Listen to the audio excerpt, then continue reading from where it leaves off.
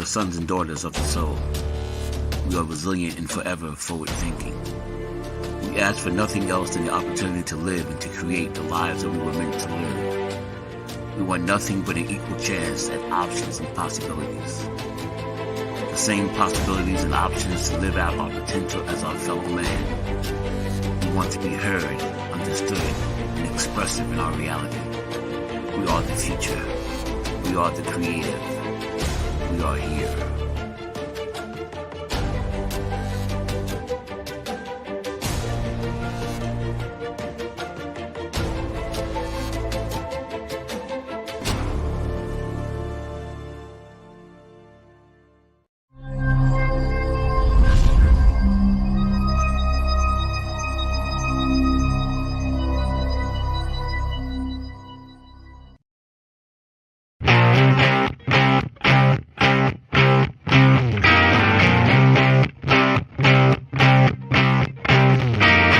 She was told that she couldn't play with the boys.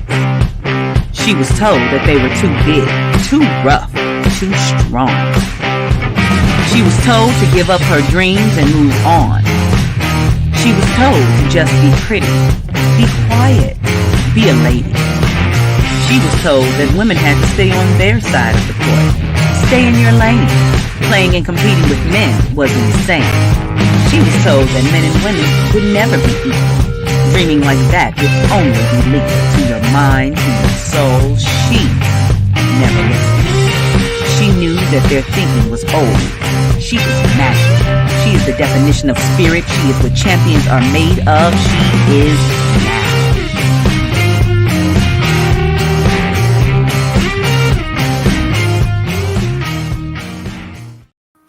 Greetings and welcome to Access Wealth Nation with Dr. Jana B. Woodhouse, giving you that checkup from the neck up, understanding how money really works and dealing in the financial service arena. It is so necessary for us to understand the basics.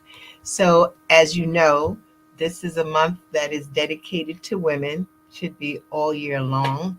That we dedicate to women, the women in our lives. And so to honor National Women's Month, I had to have some women on to the show, and brilliant women. We've had the ability to share with many the How Money Works for Women's book that was written by two of my associates, Sharon Lecter and Kim Schooler, and traveling all over the world, over the country, trying to just get women to understand how important it is to understand how money works. As a matter of fact, the book is called How Money Works for Women, Take Control or Lose It. Of course, also we have the How Money Works, Stop Being a Sucker book.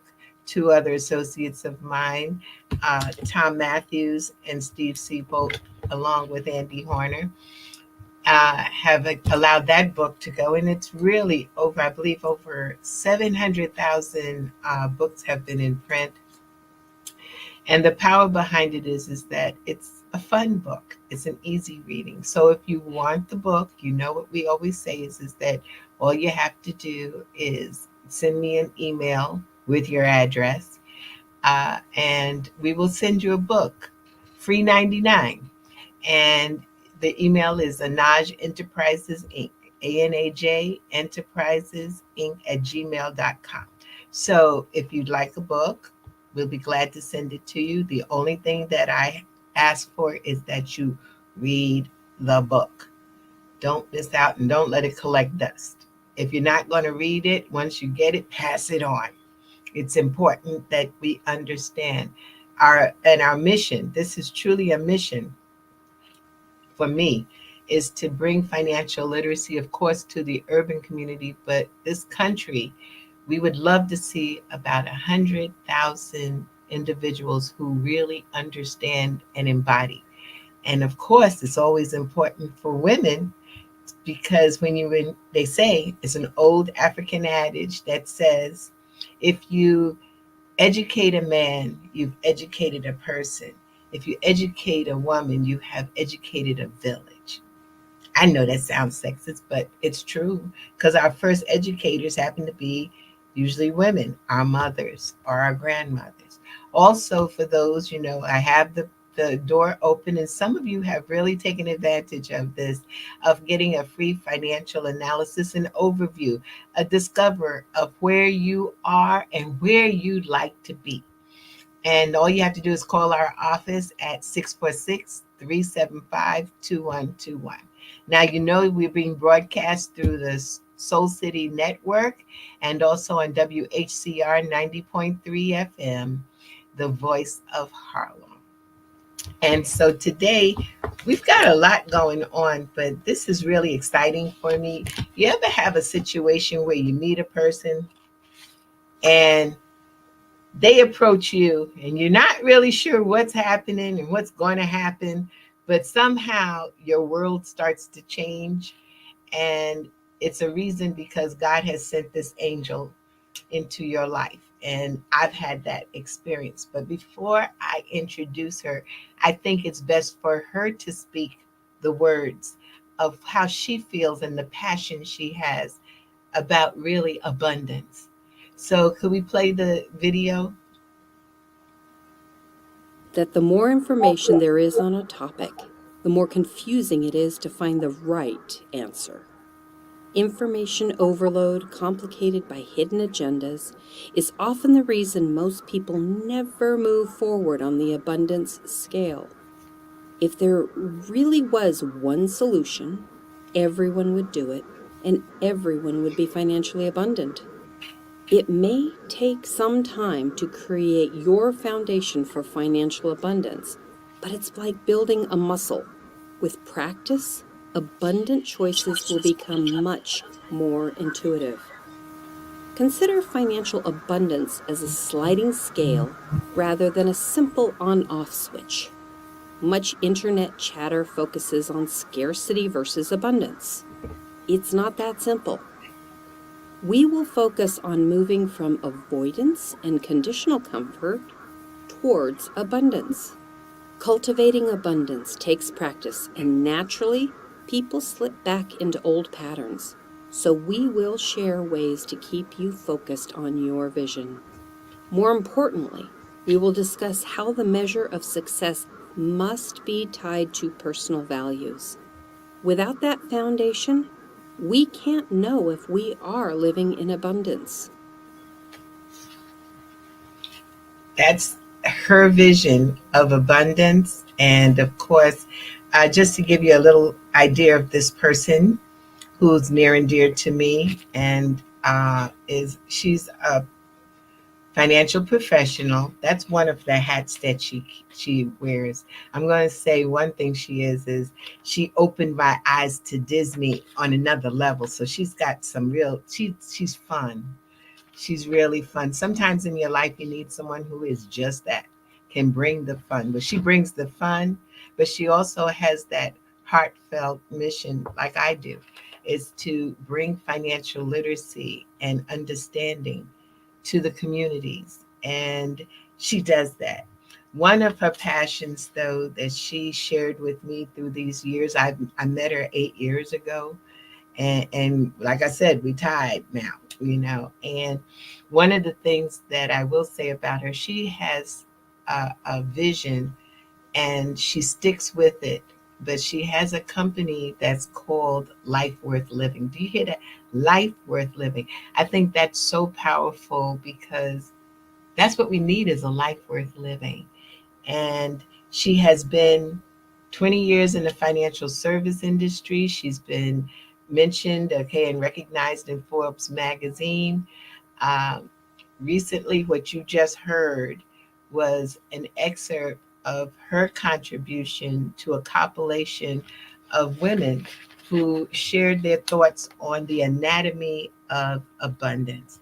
So, to introduce to some and to reintroduce to others, I'd like to bring on Lenka Holman.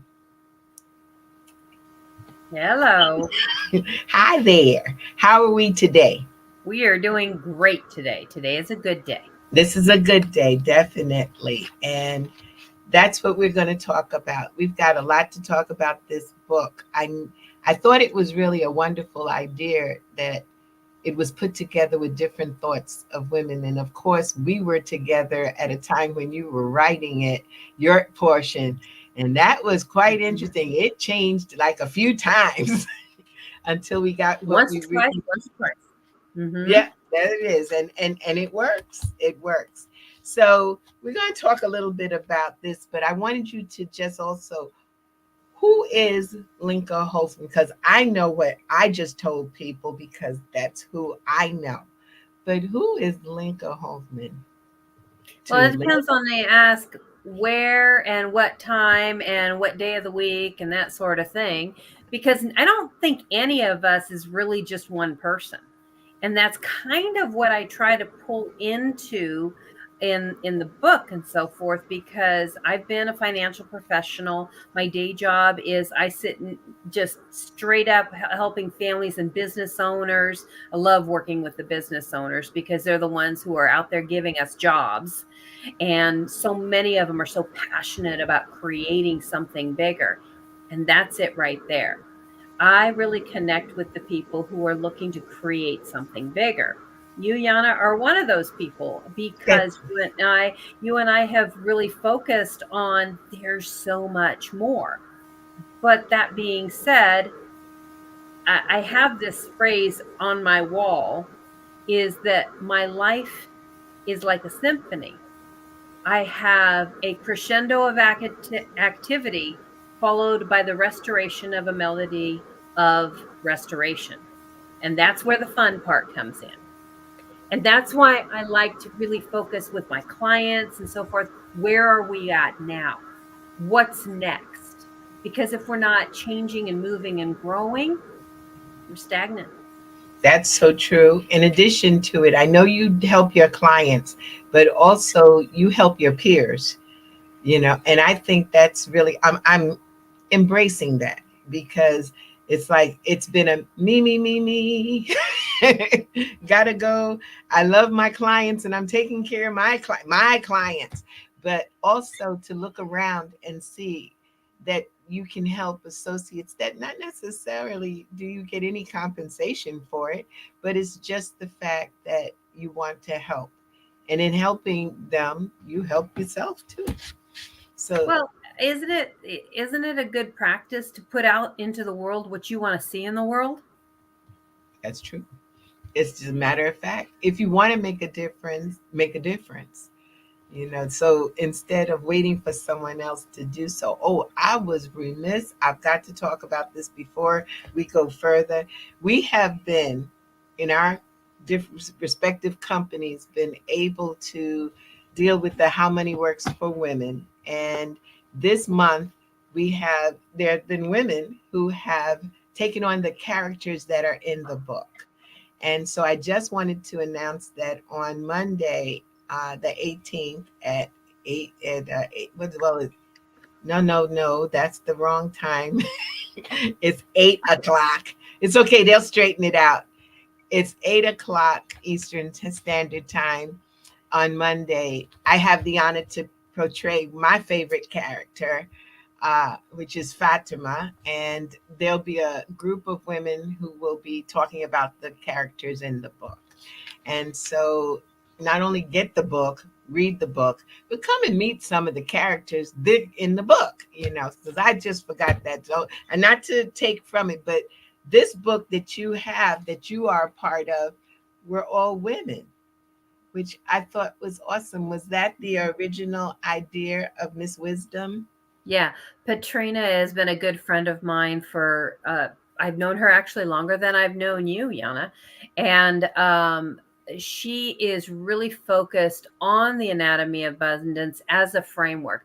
The one thing that is pretty consistent is that when you talk about scarcity or abundance or those things, you get somebody who has a narrow view, maybe in abundance in relationships, or they are really clinical, and this is how you put together a spreadsheet, or this is how you do whatever. or let's just sit and meditate and it'll all come to us. And what Patrina has done is she took people who are experts in the different areas, and she does the higher laws of what it means to be in different areas. And then what I prefer to call not the lower laws, the foundational laws. It's the structure. And this is how we do this. And I actually am speaking to the higher laws of financial abundance and how to get your act together. Well, the title of your section is Financial Abundance for the Non-Mathematician. You know any of those? Do you know any of those? I know a few, because as soon as you talk to them, the first thing is, I don't do anything with math. Mm-hmm. Or you meet people like me who say, do I have to read the book? Can I just do the numbers? You know. So there's two types of people in this world, and then you got the middle of the road. But that title is important. And I wanted you to tell us a little, as I've gone through it and got a chance to embody. Okay, no, what I did was I externalized it. Now I got to internalize it, because it's a lot in here. And I would say to anybody, they can get the book on Amazon and wherever else you buy your books, but I get the book. Barnes & Noble, Amazon. We were number one in multiple categories, international as well. So it's out there. It's out there, definitely. So there's one aspect which I wanted you to start to talk about, if you don't mind, is the abundance sliding scale.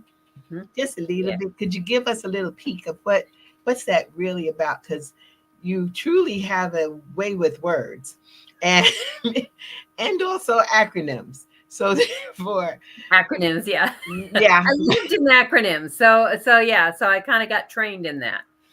So tell us a little bit about that abundance sliding scale. So one of the things that I've noticed is people are not binary in that they are on or off. Okay, they are sometimes a little bit in between. Sometimes you're happy, sometimes you're sad. Sometimes you're energetic, sometimes you just want to sleep.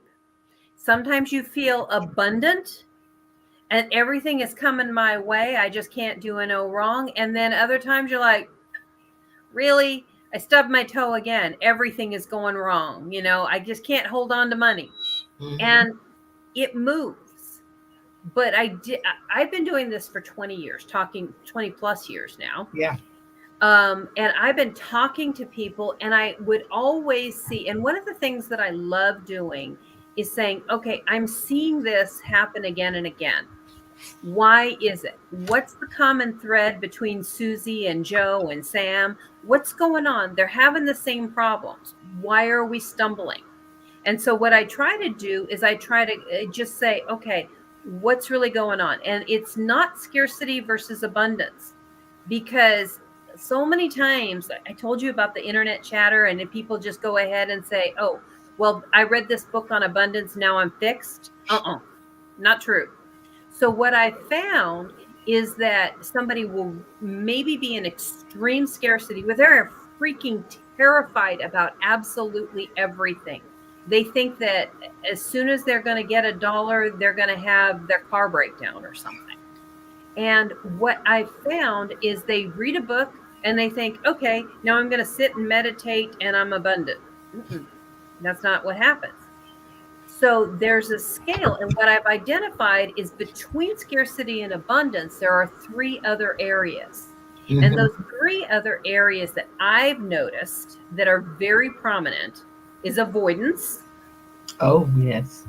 Now, in the book, I tell a really detailed story, true stories, and the names have been changed to protect the guilty, if you understand.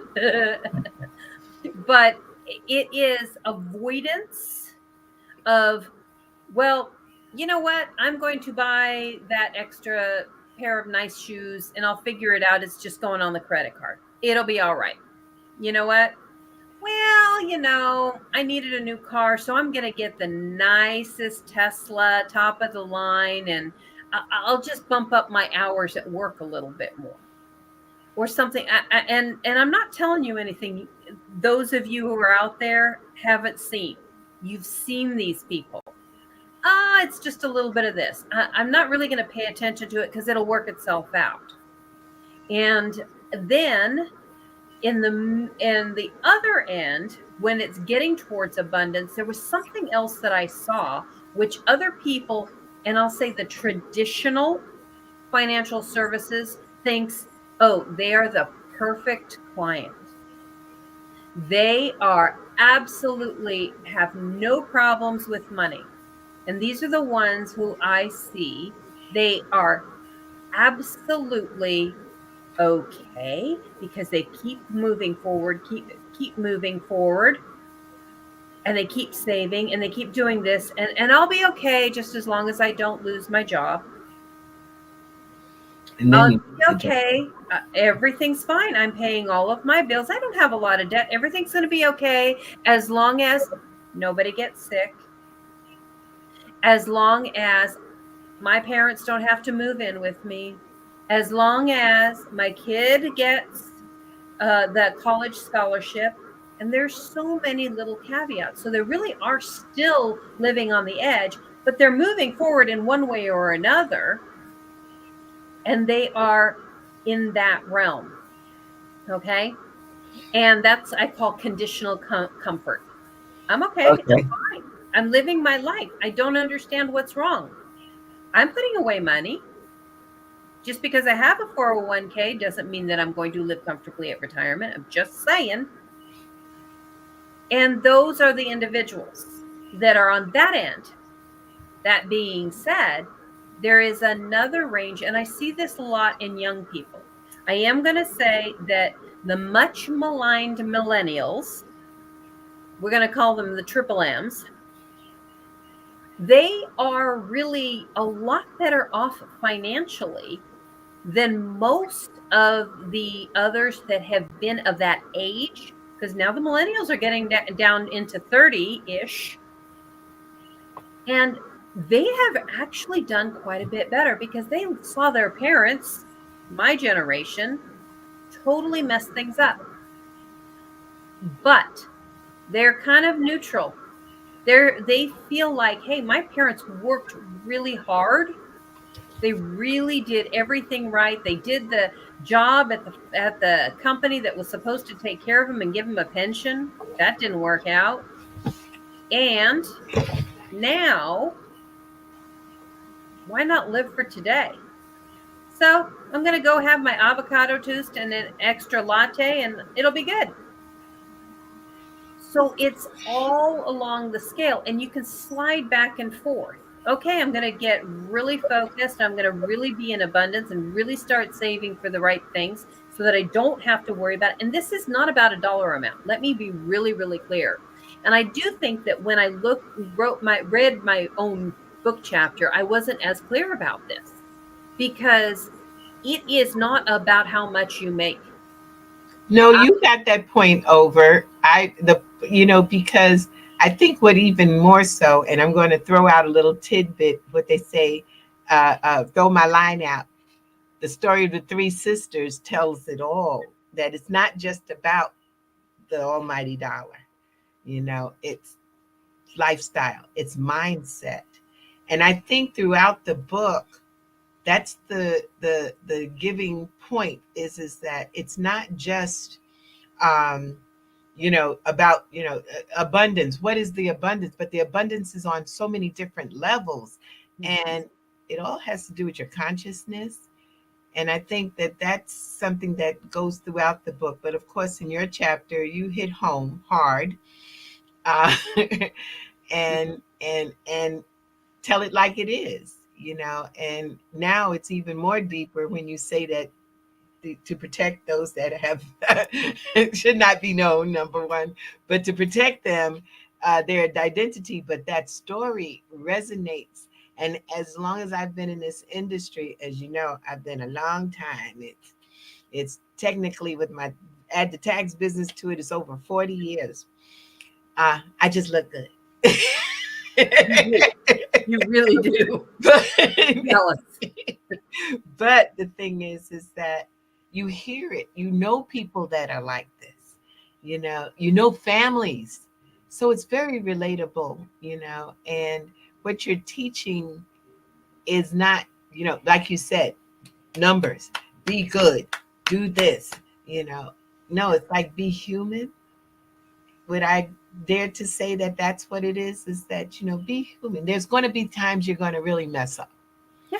There's going to be times when you really are going to be fantastic. Mm-hmm. And then there's sometimes there's nothing happening, like I call it my stop the world, I want to get off. And it won't move.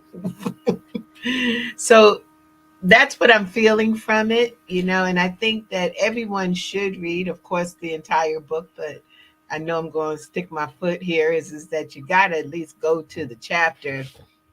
As a matter of fact, I should have memorized the page. 203. That's a 5. Mr. Lloyd Strayhorn would be very proud of me. Number 5, Destiny.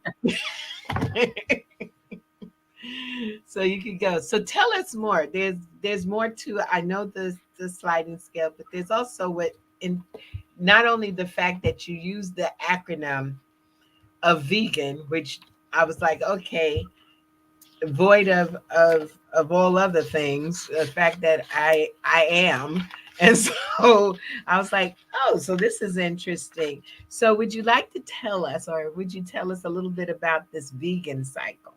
Okay. So first disclaimer, I love steak. Okay. I love steak. Okay. So I am not a vegan in that respect. Okay. Well, that somebody told me, they said the cow eats grass. So you are, what you're doing is just taking care of the grass in a different way. Okay. All right. I'd like to take a side trip before we get to the vegan cycle. Okay. And I'd like to talk about shame in society.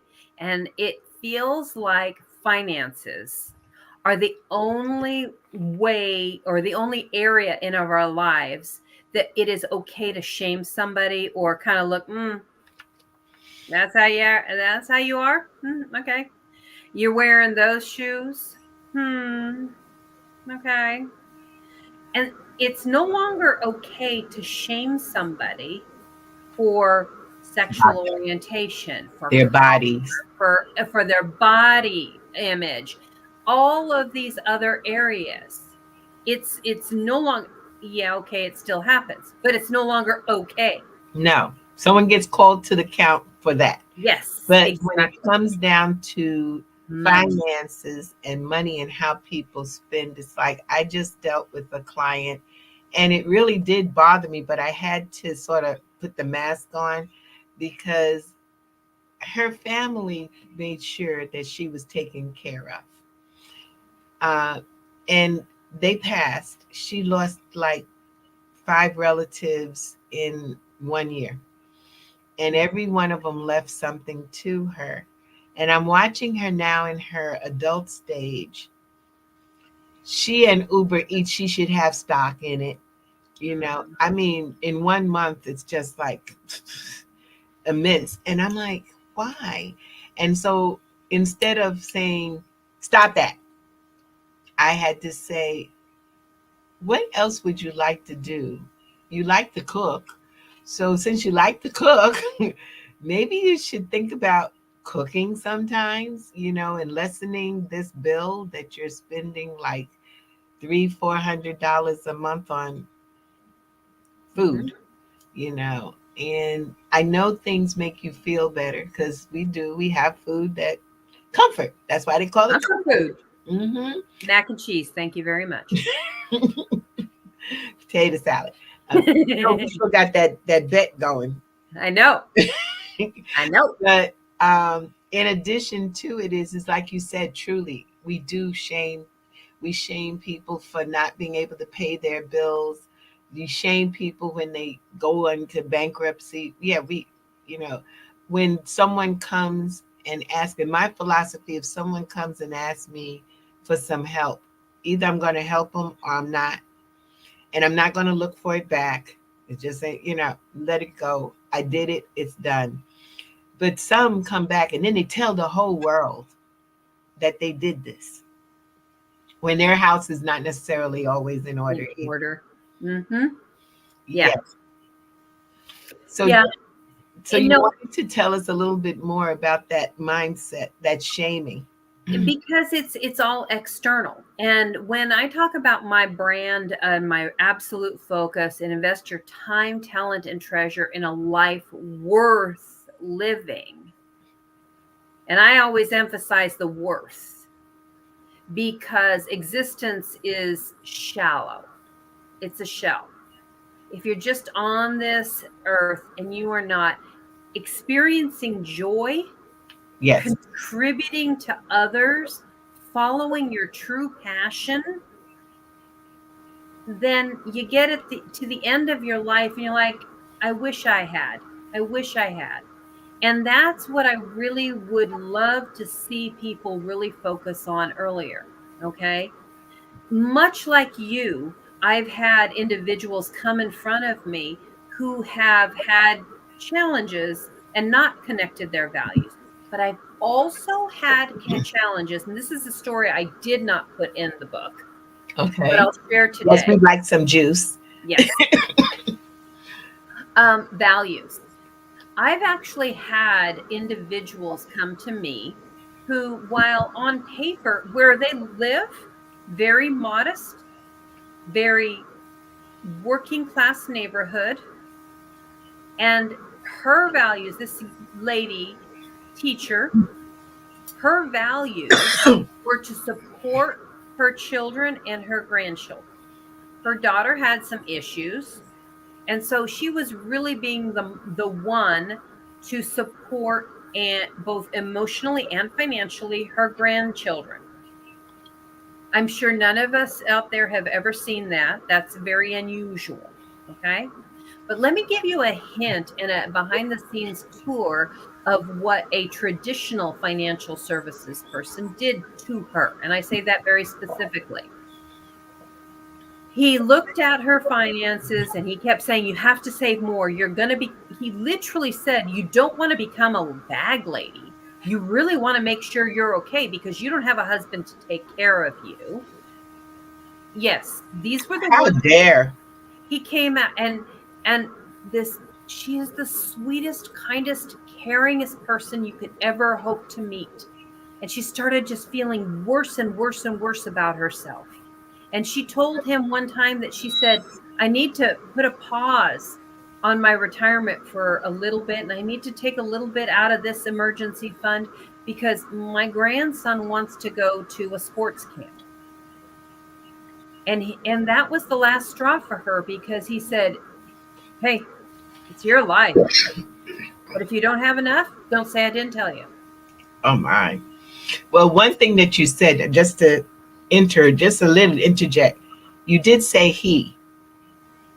I wasn't going to go there. Okay, but I'm gonna go there because I can, and we gonna go there because you said he.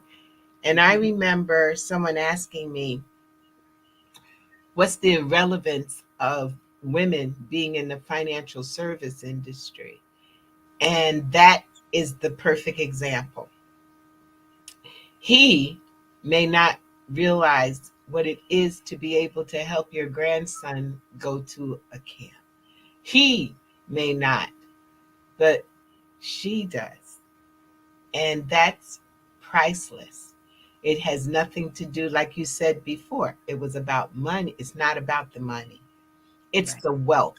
It's the ability to do things for your family. I mean, realistically, what happens when we die? You get, okay, you left some money. Okay, that was nice. But the thing that people remember is how you made them feel. Right. And if and like I said, I will say it again, he did not understand that, and that's why we need so many more women in this industry that is still so sparse when it comes to women. But we do understand, just like what you now, she got a chance to talk with you. Yeah. Mhm. And when I took a look, because she had me to review her entire portfolio. It was at this time that she had me review her entire portfolio. And I took a look at it, and on paper, I said, he's done a great job. I wouldn't have done hardly anything different, maybe little tweaks, but that's just, no, that's just a different salad dressing in the buffet. No, no, no, no, no. And I said, you know, I'm not going to bash this guy. Well, now I bash him, but back then I wouldn't. And so she told me the story, and I'm like, okay, yeah, you do need somebody who understands. But fast forward, when I took a look at it, I said, you're not going to have a problem with the pension that you have put together through the school system, with how much you have already saved, with the fact that your house is paid off, with all of these other things. You are going to be okay. You don't have to worry. And so we did go ahead and do what she was needing. We made the moves. But fast forward, he was barely 20 years old. This grandson who wanted to go to camp, something was really important to him, become very seriously ill. And we thought he was going to die. And think about this. Part of what kept him going was his absolute athleticism, his focus, and so many of these things came from this career. And her value was, she knew this was his passion, and she was going to support him in his passion. Wonderful. And that is the first part of the vegan cycle. Okay. So okay. If you can keep that story in mind, V stands for values. And people often don't know what their values are.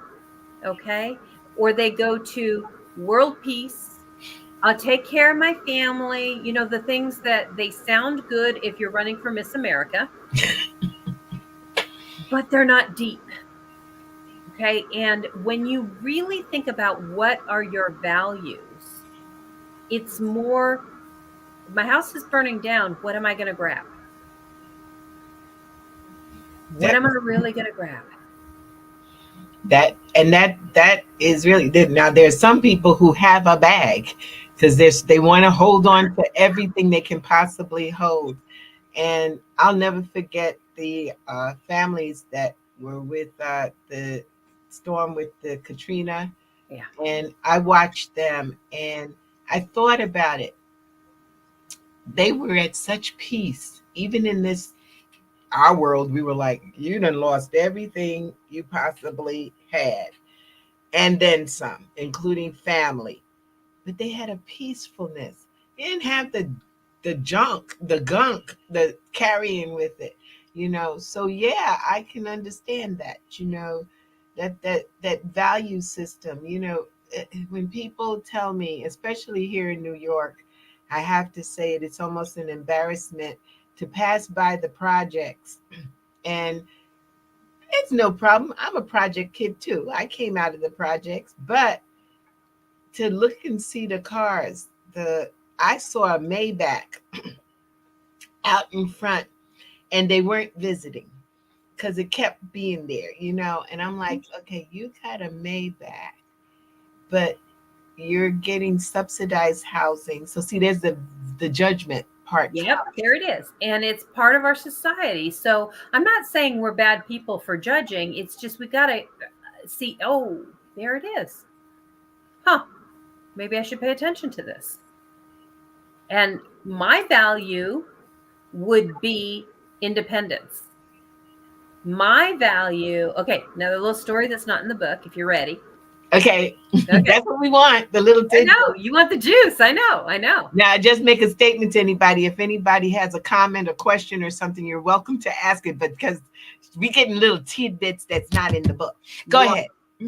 So my value is independence. My value is providing for my children, taking care of my children.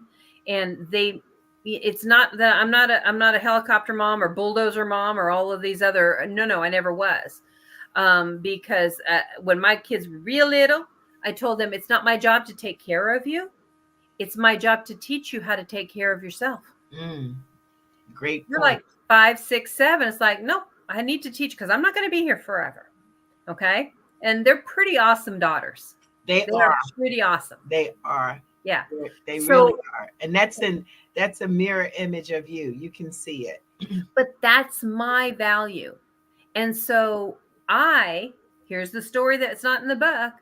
At one point, I was on WIC coupons. WIC is Women with Infant Children. Mm-hmm. Yes. Whoa. Okay, I am in a very nice neighborhood, living a great life. I don't have, even during COVID, all of that extra subsidy stuff. I'm like, I'm good. I was ready for the unreadyable stuff. Mm-hmm. But I just couldn't stay there. I remember sitting there waiting, because back when my kids were that little, Mm-hmm. you actually had coupons. Oh, You didn't swipe the debit card, okay? And I remember sitting there. This is not me. I cannot stay here. I will not be this. I brought these children into this world. They are not Uncle Sam's responsibility. They are mine. And so that is something that is in conflict, not in judgment, but it's in conflict with my values. So that's a little bit different, because I anticipate that's what you're feeling. It's judgment. It's not, okay, that's okay for you. It's just that's really in conflict with my values. Understood. So when you know those values, you can align what you're doing next. Independence is one of those things that I teach my children, or have taught them. What I've taught is done. They're going to learn the rest on their own.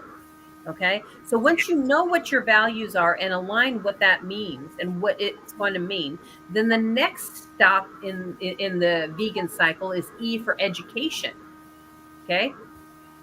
For a fool and his money are soon parted. Yes. And I'm not talking about just Google it. Okay. Because that's, you can go down a primrose path on that one. And so just go ahead and properly educate yourself so that you don't get taken. Doesn't mean you have to know every little detail. It just means that you need to know so you don't get taken. Well, the thing is that, and this is something that we've gone through with Soul City, because we've been trying to put together a documentary of what people know about money. There used to be a little video that was with Ben Franklin going around asking people, what did they know, or how did they learn about money? Well, it's not so hard. It's real hard to get somebody to talk about that, because I don't want to look stupid. I don't want to talk about money. I don't know anything, that kind of stuff comes up. And so I think with this book, the How Money Works book was good, but the people don't even read the book sometimes. So we have a simpler version called Change Your Literacy, Change Your Life. Yeah. But I think people, in stealing a little thought of the Matrix, got your red pill. The red pill or the blue pill. I think I want to take the blue pill so I can forget about this. And hopefully at the end of all of this, I'll be okay. That's called financial avoidance. Got it. And that's that part of the cycle. Sliding scale. The scale, yeah. That avoidance. I don't want to deal with it. I have zillions of bills. That I tell my quick story that I found people were like that was when I met this young lady who had gotten a credit card when she was in high school, and she was like $20,000 in debt.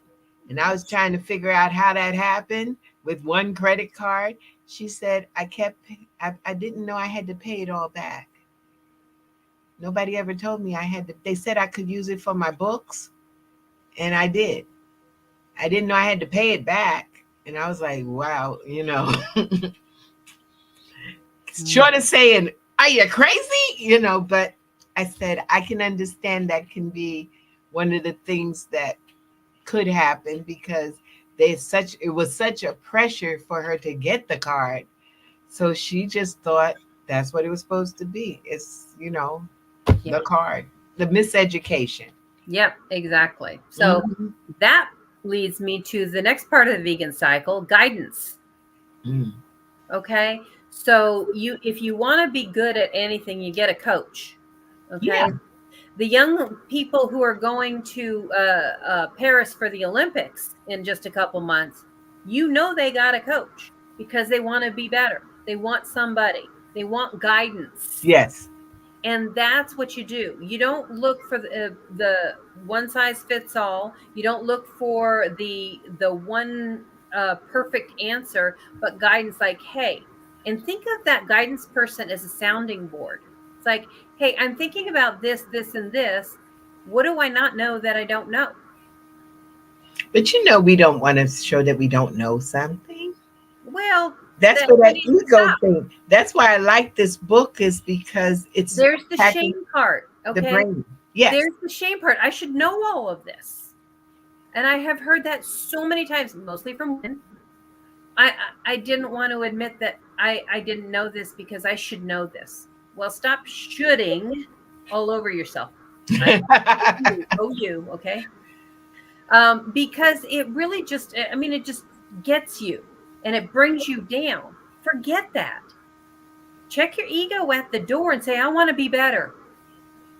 And that's where you get guidance. And you might just be running this idea. I have one young person who's constantly coming back to me now. She's in great shape now. She's on the right path. Is she out of the clear? No. But she's on the right path. And I'm so proud of her. And every once in a while, she calls me and says, hey, I'm thinking about this, this, and this. Am I on track? And most of the time I say, you're good to go. Sometimes I say, have you thought about this part of it? And you know what? I hadn't. And then we make a tweak and then she moves forwards. Okay. That makes sense. That action part is next. That's V, values, E, education, G, guidance, and then action.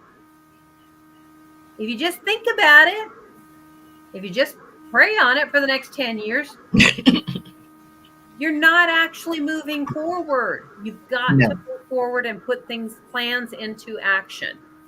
Okay. And is that where a lot of people get stuck?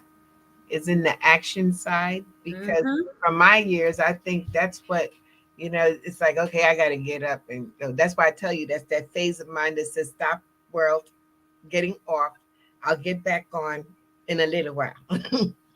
But here's the thing. Here's the thing. One, usually the things that stop somebody from being in action are they skipped over the part of educating themselves to understand, okay, this is normal. This is okay. This is what I can expect. Or B, they got guidance from the wrong person and their gut is telling them don't move forward and they feel stuck. So if you have your values, education, and guidance, then it's not scary to actually go into action. And you made a good point about the fact of the proper guidance, because I know for when I was coming up, I had the encyclopedia, I had the library, and that was it. These folks have the internet and what they're learning. Today I was listening to a group talking, and they had it all backwards. But, and then it ended up with the cryptocurrency thing. They got to talk about, and I'm sitting there going, do you have your 7 money milestones in order? Do you have? And I'm like, okay, this is a group that's going to believe what's on TV and what's on the internet before they'll believe what I say. So, everybody's not going to come. There was a picture on the Facebook. Someone put it on my Facebook page, and it was all these sheep, and they had little red hats, not siding, but they had little red hats, and they were just falling over the cliff. And I said, yeah, people are just at that stage. It sounds good, I'll do it. But here's the thing. It's if they don't understand that there is no decent get rich quick scheme, it's called a scheme for a reason, then they are susceptible. And those individuals, I'll say, who are touting the next get rich quick, they are preying on the emotions, the fear, the scarcity, the judgment. You should already have 7 figures sitting in the bank account. What's wrong with you? Here, give me $5. I'll get you to $1 million in 3 weeks. What? And it's like, oh gosh, you just made me feel bad. So I will give you my money so you can fix me. No, you skipped the steps. You don't know your values. You haven't actually gotten educated. And I'm not saying read the whole encyclopedia, just this much. And then go into action in the right way. Got it. And so there's one more letter, isn't it? Yes, there is. Then you get to nurture your actual goals and vision. That's where a vision board comes in. That's where keeping things in front of you. It's like, for me, my jewelry is one of the ways that I keep my vision of what things that are important to me. Okay. My necklace. This is something that my husband made for me. Oh, how wonderful. And it's a Cinderella. Well, how do I move this? Cinderella steampunk carriage. Yes, is that the pumpkin carriage? It looks like the pumpkin carriage. You will never see another one because my husband made it. It is the only one in the world. And it keeps two things in front of me: the love of an amazing man and joy, having fun, fantasy. Oh, yes. You know how to have fun. I know how to have fun. My earrings. I shared those with you a little earlier. Yes. Is a Tiffany spoon handle that was given to me by my daughters. It means so much to me. Those are the things, and I keep those things around me. I've got a vision board, and when I keep those things around me, it keeps me grounded. And when I nurture what's really important, I don't have a problem passing over the next set of Jimmy Choo shoes or whatever. By the way, I don't like high heels because my feet hurt. Comfort, joy. That's not pointy toes that smush my toes. I understand. I like my heels, but okay. And that's your value. Okay. The best way I can say this is everybody thinks they should have a certain set of values, world peace and this and that, But think about it this way. Does everybody want the same vacation? No. Can I see myself using my vacation to climb the Mount Everest? Diving with sharks? Hard pass. Hard pass. Hard pass, not me. No. And yet my idea of a great vacation is something that will make other people go, whoa. No. It's okay. Know who you are and move towards that proper way. That's good because that's the key is that vision, the desire, what do you really want? I went to a real estate conference and I spoke at it, and the women there were all striving for red bottoms. And I jokingly, which didn't go over well, but I jokingly said, well, you could get a can of paint. work it out, and pay less, but that's my image. And it's not what you drive or where you live, it's where you're happy, and I learned that the hard way, getting a stroke at age 25 and making that deal with God, let me out of this so that I can really make a difference. And I think that's where you and I really have come into an accord is that we want to make a difference. We want to say we were here, and we've touched some lives. I know you've touched lives. I've touched, it's a different value. And there's your statement. It's the values. Right. What do you really value? And actually, just before we leave the values conversation, on my actual website, I believe it's on here somewhere, in the lenkaholman.com. Thank you. there is an actual exercise how you can narrow down what your true values are, not Oh, what society tells you your values should be. mm, Oh, and it's interesting. There's a several of them out there. I personally got a oh gosh, now I'm gonna sadly forget the name of the book. The One Thing, and in there there's a book, a set of cards that you could have purchased to help you find what your true values are, and it's mm. an exercise. And there's others out there. I love Marianne Williamson because she has a wonderful list of values that you can go, take a look at, and it's really narrowing down. It doesn't make anything good or bad or right or wrong. This What is. resonates with you, and what's going to make you really move forward. Because what I can say is the people who really are successful, and I use that word specific, successful in their finances, not rich, successful in their finances, Hmm. are the ones who know what they're saving for. That's true.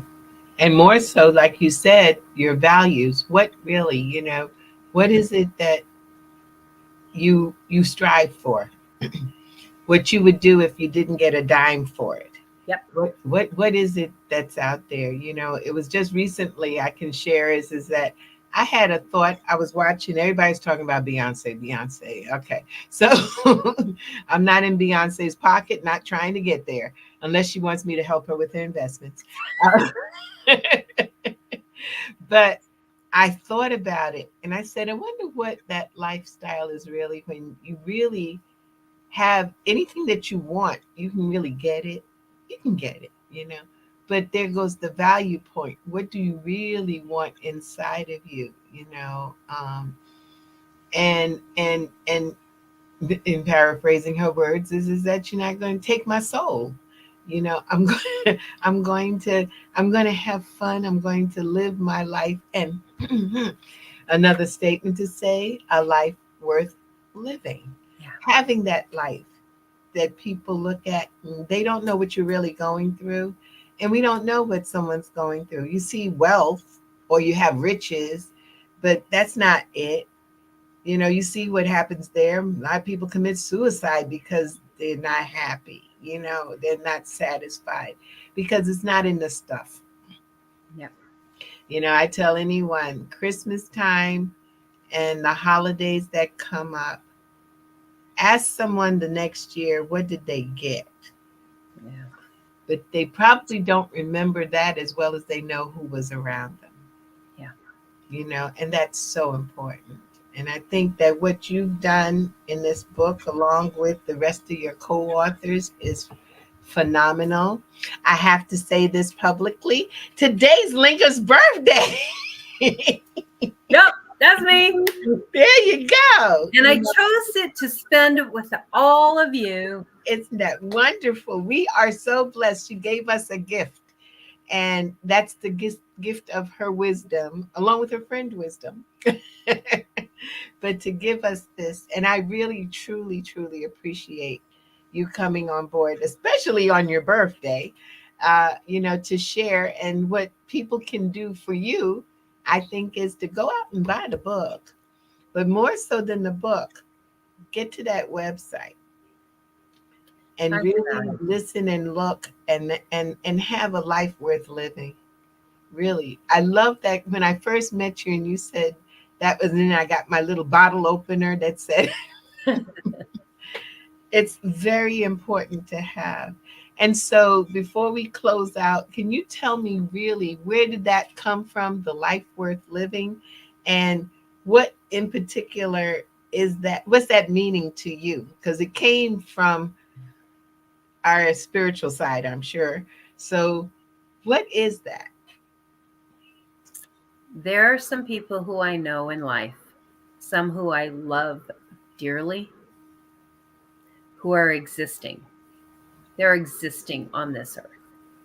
They live in fear, they live in doubt. And that fear and doubt and just constraint means they're not really living. Mm. They're not leaving anything behind. They're not connecting with human being. They're not in joy. And that's where that one came from, because, nobody's ever asked me that question. They just said it sounds good. And that's hard. Mm-hmm. It's meaningful. It really is, because it digs beyond the physical. It is the metaphysical. And that's when I heard it first. I said, oh my goodness, yes, because I'm here for a mission. I believe every single person comes here with a mission. They just possibly could forget about it by the time they reach 18. But when they're little, they know they're here to do certain things. And we got to be about that. And when we are, we have a life worth living. Mm-hmm. Yeah, live for the line, not the dot. I've heard it said several ways. Yeah, that line. That I never forget the first time I heard that, and they said, it's the dash. It's the dash. And I was like, what the hell is the dash? He said, you start here, dash, you end here. I was like, oh yeah, that's true. But I don't want to think about that. Yes, you do. Because that's what means the most. It's what does someone really remember about you is so important. It's one of those things that so many people talk, and I say, love never dies, because people will remember you and you live on. But if no one remembered you, you got to come back here and do something about that. It's so important. So, Lenka, what's our last words of wisdom from you? Go live a life worth living. Thank you so much. Thank you for being on Access Wealth Nation. This is Lenka Holman, and she has given you some serious things to think about. Play it again, as y'all do. Play the show again and think about it, and then act. So thanks, everybody, for watching. This is Access Wealth Nation with Dr. Jana B. Woodhouse. And again, every Thursday at 6 p.m., we're here giving you that checkup from the neck up, making a difference in your life. Have a good night.